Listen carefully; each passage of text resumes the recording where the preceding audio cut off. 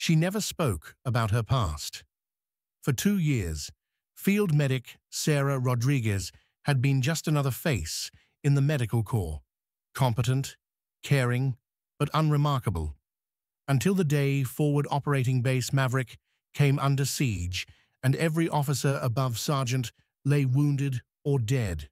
That's when the quiet medic did something that made hardened infantry veterans freeze in disbelief. She started giving tactical orders, and somehow everyone instinctively obeyed. From which city in the world are you watching this video today? If you appreciate stories about unsung heroes and unexpected leadership, consider subscribing for more content like this. Forward Operating Base Maverick sat in the heart of Helmand Province, Afghanistan, surrounded by Taliban-controlled territory. This strategic outpost housed 200 American soldiers, an island of civilization in the harsh landscape. Life on base followed a predictable rhythm: patrols, intelligence-gathering missions, and endless waiting. In the aid station, medic Sarah Rodriguez worked quietly. At 29, she was average height, with dark brown hair, always pulled back in regulation style. Her green eyes held a steady intensity when treating patients. The soldiers called her Rodriguez and came to her when they were hurt. "Rodriguez, what do you think about this elbow?" asked Specialist Marcus Thompson, arriving with an injury from PT. Sarah carefully examined the joint. "It's sprained, but not severe. 2 weeks of rest and physical therapy should do it." 2 weeks? "Jesus," Thompson said, "the brass is gonna kill me." "The brass will follow my medical recommendation," Sarah replied with calm but unmistakable authority. "You can't perform duties with this injury." Thompson looked at Sarah with surprise.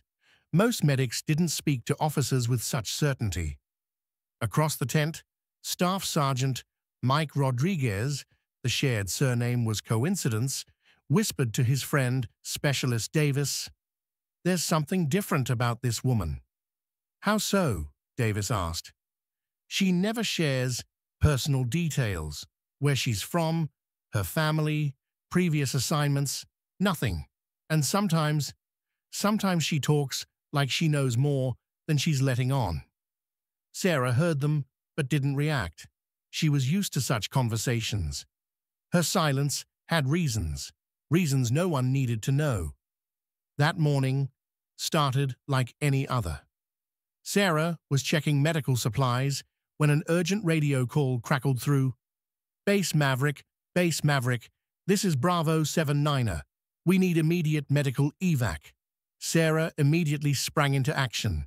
She prepared stretchers and organized medical equipment. 20 minutes later, a UH-60 Black Hawk landed and 6 wounded soldiers were brought in. They'd hit an IED. "This is bad," muttered Staff Sergeant Williams, the medical technician, examining the most severely wounded. "Fragmentation wounds, possible internal bleeding."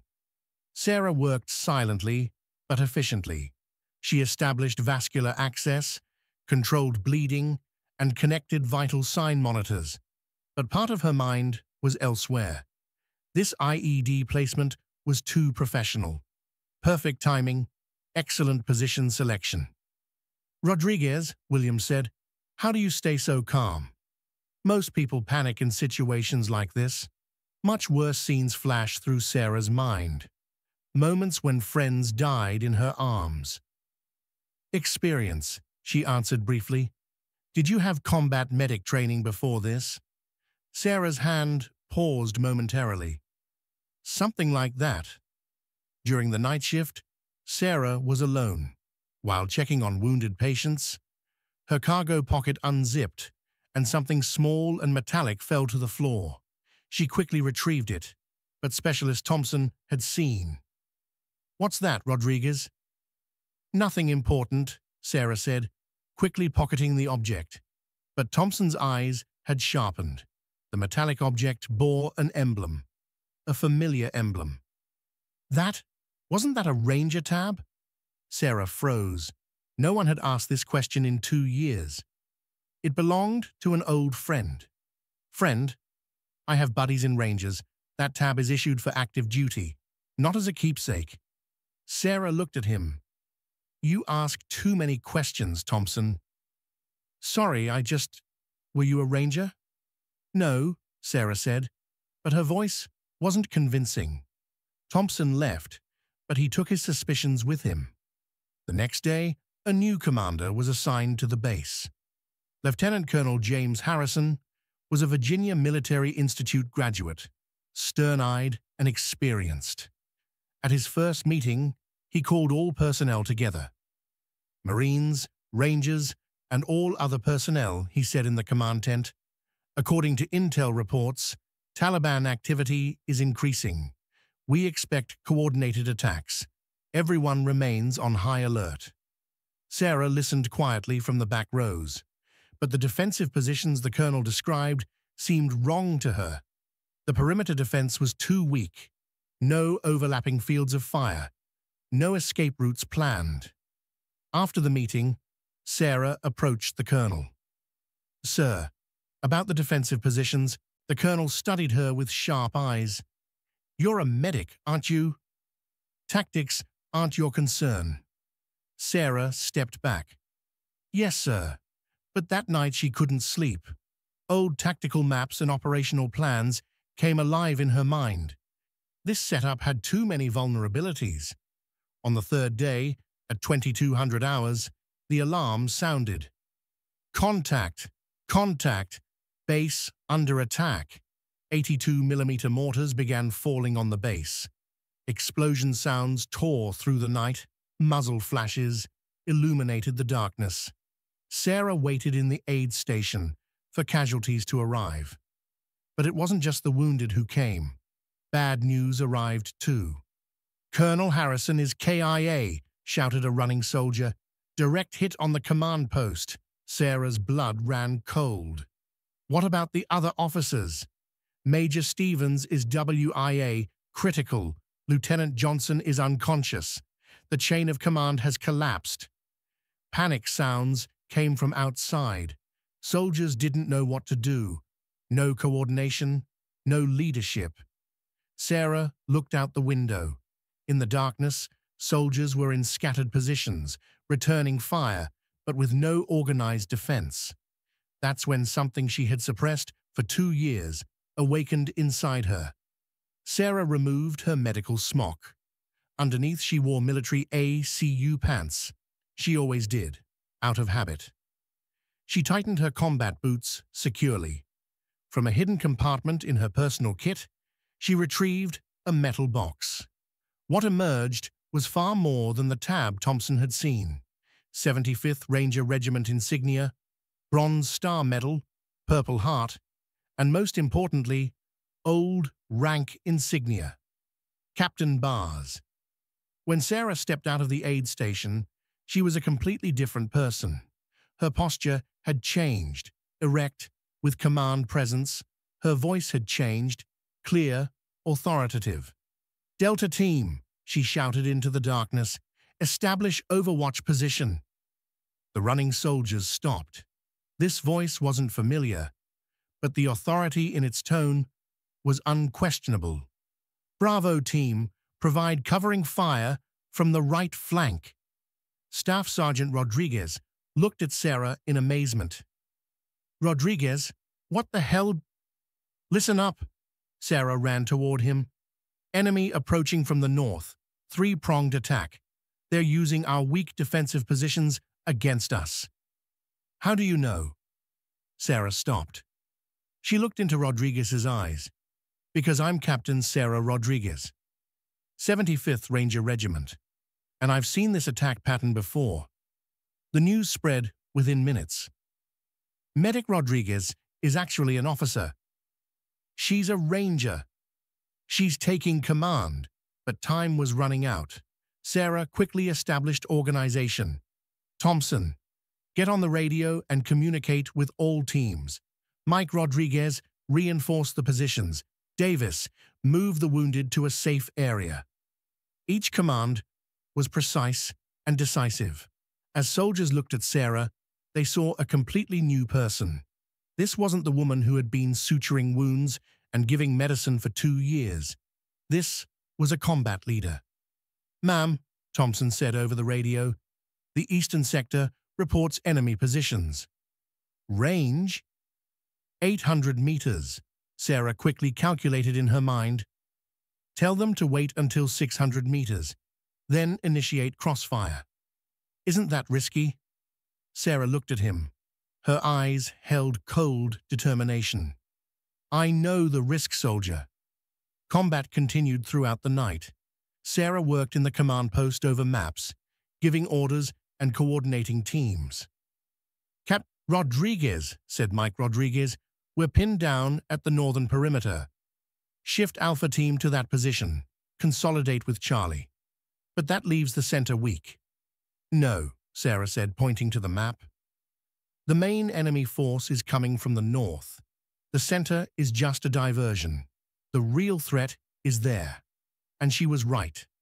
An hour later, a major assault came from the north. But Sarah's prepared positions held. Toward dawn, the enemy withdrew. The base was safe. When the sun rose, Sarah was back in the aid station. She was treating the wounded, as if nothing had happened during the night. But the soldiers now looked at her differently, with respect, with admiration. "Captain," Thompson said, "were you really a ranger?" Sarah answered while washing her hands. "Yes. 75th Ranger Regiment, 3rd Battalion, 6 years of active duty." "Why did you become a medic?" Sarah stopped. The answer to this question was much more complicated. Because healing people is more meaningful than killing them. "But last night, you fought." "Last night, I fought to protect, not to destroy." That afternoon, a helicopter arrived at the base. General Patricia Martinez stepped out. She called for Sarah. "Captain Rodriguez," the general said, "we need to talk." Sarah felt a bad feeling in her heart. She had been expecting this conversation. "I heard you revealed your real identity." "Yes, ma'am. The situation required it." The general looked at a file. "According to official records, you died 2 years ago in Operation Thunderstrike." Sarah waited silently. "But actually, your entire team died in that operation. As the sole survivor, you changed your identity and transferred to military medical." "Correct, ma'am." "Why?" Sarah took a deep breath. "Because I didn't want to kill people anymore, General. Too many losses, too many friends gone. Medical work gives me peace." The general looked at her for a long time. "Last night, you saved the lives of 200 soldiers. Was this peace worth it?" "Yes, ma'am. Because I fought to protect, not for revenge." The general closed the file. "I'm offering you 2 options, Captain. Either return to active duty with your real identity or continue as Medic Rodriguez, but no longer classified." Sarah hesitated. "If I stay as a medic, you become the senior medical officer at this base. You also serve as a tactical advisor in emergency situations. That's a perfect solution, ma'am." "The decision is yours, Captain." Sarah looked out the window. Outside, soldiers were watching her. They now looked at her differently, with respect, with trust. "I'll continue being Medic Rodriguez," she said, "but when needed, I'll also serve as Captain Rodriguez." 3 months later, everything at FOB Maverick had returned to normal. Sarah was back working in the aid station, treating the wounded. But the soldiers' gaze at her was now different. She was no longer just a medic. She was the commander who could save their lives when needed. One afternoon, a young soldier came in with a wound. "Medic Rodriguez," he said, "how will this heal?" Sarah smiled. "It takes patience and proper care. Everything has its time." Thompson's voice came from outside the tent. "Captain, I need to speak with you. Sarah turned her head. What happened? New soldiers arrived. They need basic tactical training. Sarah washed her hands and removed her medical smock. Military ACU emerged from underneath. I'll be at the training area in 5 minutes, she said. And so Sarah Rodriguez continued to serve as both medic and commander. Because sometimes the strongest warriors are those who have learned to heal. Real strength lies not in the capacity to harm, but in the ability to protect and heal. Quiet heroes like Sarah Rodriguez live among us everywhere in our communities. Recognizing them and showing them respect is our responsibility. If you think stories like this deserve to be told, don't forget to subscribe and tell us in the comments, from which city in the world are you watching?